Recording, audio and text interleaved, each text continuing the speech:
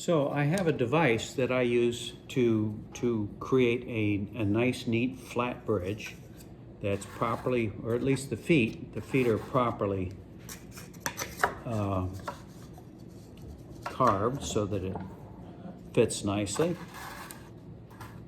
What I have is it's a clamping device with a long rod on it, and I place my bridge in there, make sure I get it facing the right direction. I always put this side towards the tailpiece. Make sure it's in there nice and square. Feet are nice and flat. Tighten it up a little bit. What I've done is I mark an X on the bottom of the feet so that I know when I've got all the surfaces are flat and even according to the contours of the top of the violin. And a nice time to do this is when it's not varnished yet, because what I will be doing is I'll place a piece of 220 grit sandpaper here, and it's marked so that I know where the bridge is supposed to be and the center of the violin. So I'll lay it in place. Put this here. I have a clamp at the back here that holds a rod with a groove in it to make sure that I've got this nice and level, nice and flat, the back side, getting at 90 degrees. So what I do then is I'll take my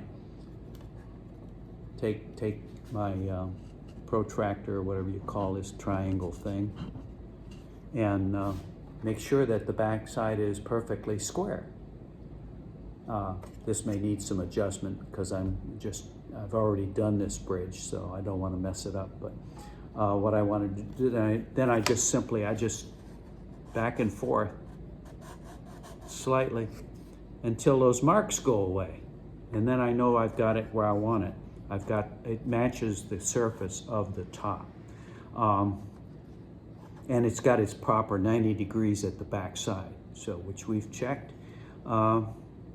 Let's see. When you're finished, of course, you should be able to set this in position. It should stand on its own, nice and neatly, and hold your angle here, and it should be 90 degrees on the back side, nice and neat. So this one looks pretty good when you get down level with it. It's right on the money. So I'm real happy with that. Of course, I got a lot left to do on the bridge, but at least I've got the feet fitted before I varnish the top. So it's a nice system. It works quickly, accurately. Yes, you could fiddle with a knife and do it, and chalk and knife. It's very time consuming, and I don't think you really do much better, because you can take some 500 grit paper and finish it off in the same way using the clamp, and have a perfectly mirror finished bottom on it that'll rival anything anybody can do with a knife.